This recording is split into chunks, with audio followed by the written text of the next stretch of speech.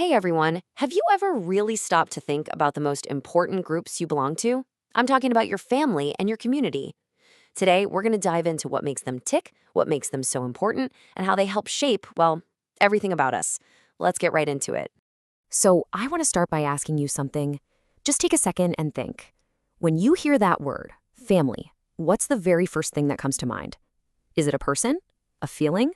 Maybe it's the smell of a favorite meal cooking. Whatever it is for you, hold on to that feeling because that's exactly where our journey begins today. You know, the ancient poet Tiruvalluvar put it so beautifully. He said, "Love and dharma are the flower and fruit of family life." Now, dharma is a huge idea. It's all about our duty, our purpose, and learning to do the right thing. And what he's saying is that our family is the very first place we learn about all of it. It's the soil where everything else begins to grow. So let's break it down. What are the essential building blocks of a family? What's at the heart of it, no matter how big or small it is? You can almost think of your family as your first school, and probably the most important one you'll ever attend. It's where we get our first lessons in some of the biggest subjects in life: love, how to care for others, how to work together. And maybe the biggest lesson of all is interdependence, learning that we truly need each other to thrive. It's basically our training ground for life. Of course, no two families look exactly the same, right? And in a place like India, we often talk about two main kinds of family structures. You've got the joint family and you've got the nuclear family. Let's take a closer look at what makes them different. Okay, so here they are side by side.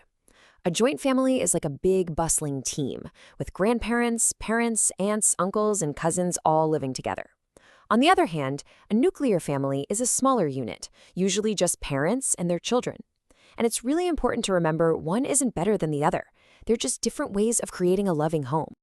Okay, this is one of my favorite things because it shows just how deep these connections can be. In English, we just say uncle for like 4 different people. But in many Indian languages, oh no. There's a special word for your dad's sister, your bua, and a different one for your mom's sister, your masi. It shows that every single relationship has its own unique importance. And get this, in many cases, there isn't even a word for cousin, because they're just seen as your brothers and sisters. How cool is that?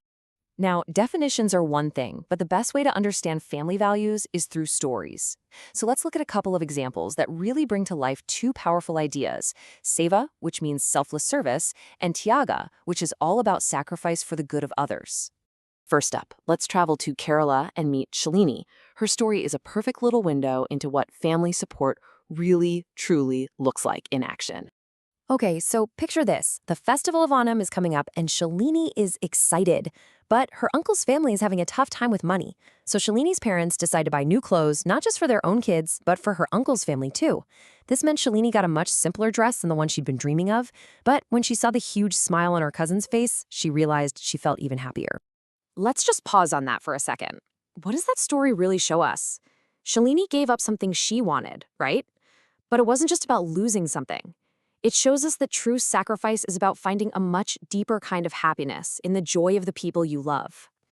All right, now let's head up to the beautiful green hills of Meghalaya to meet a boy named Tenzing. His family gives us an amazing example of another core value: cooperation. See, in Tenzing's house, it's all about teamwork. Everybody pitches in. His dad helps out with chores around the house, and his grandfather not only helps Tenzing with his homework, but also helps organize things for the entire neighborhood. It's a perfect picture of how a family and a community gets stronger when everyone shares the work. And Tenzing's grandfather, well, he's the perfect bridge to our next big idea. Because our family is our first circle of connection, but we're all part of even bigger circles. So what happens when you step outside your front door? You step into your community. So what is a community, really? You can think of it like a network of families. It's the people on your street, in your town, the people you celebrate festivals with. It's who you can call on for help, and it's the group you share things with, like a playground or a library. And just like with families, the very best way to understand what a community is to see it in action. Let's check out some incredible real-life stories of people coming together and making a massive difference. First, I want to tell you about a tradition from the Beel community in Madhya Pradesh. It's called Halma. And the idea is as simple as it is powerful.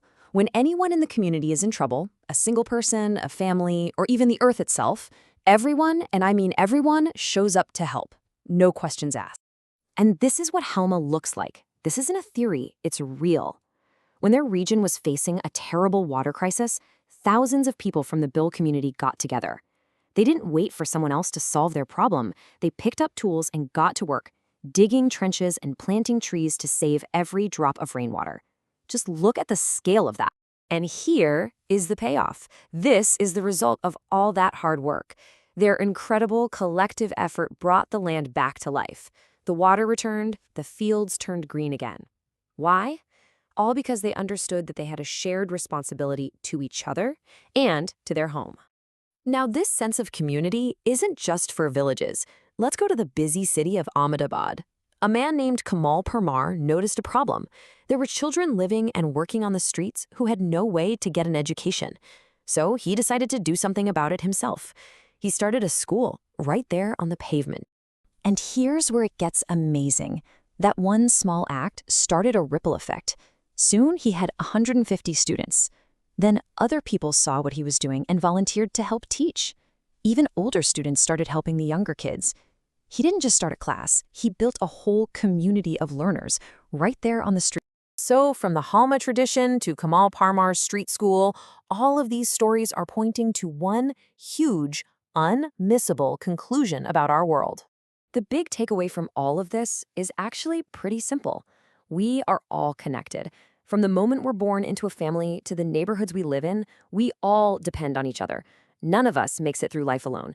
And that means every single one of us, and yes, that absolutely includes you, has a part to play in keeping those connections strong. So I'm going to leave you with a final thought, but it's more of a challenge, really. What is one small thing, it doesn't have to be big, that you can do for your family or your community this week? Maybe it's helping with a chore without being asked, or picking up a piece of trash in your park.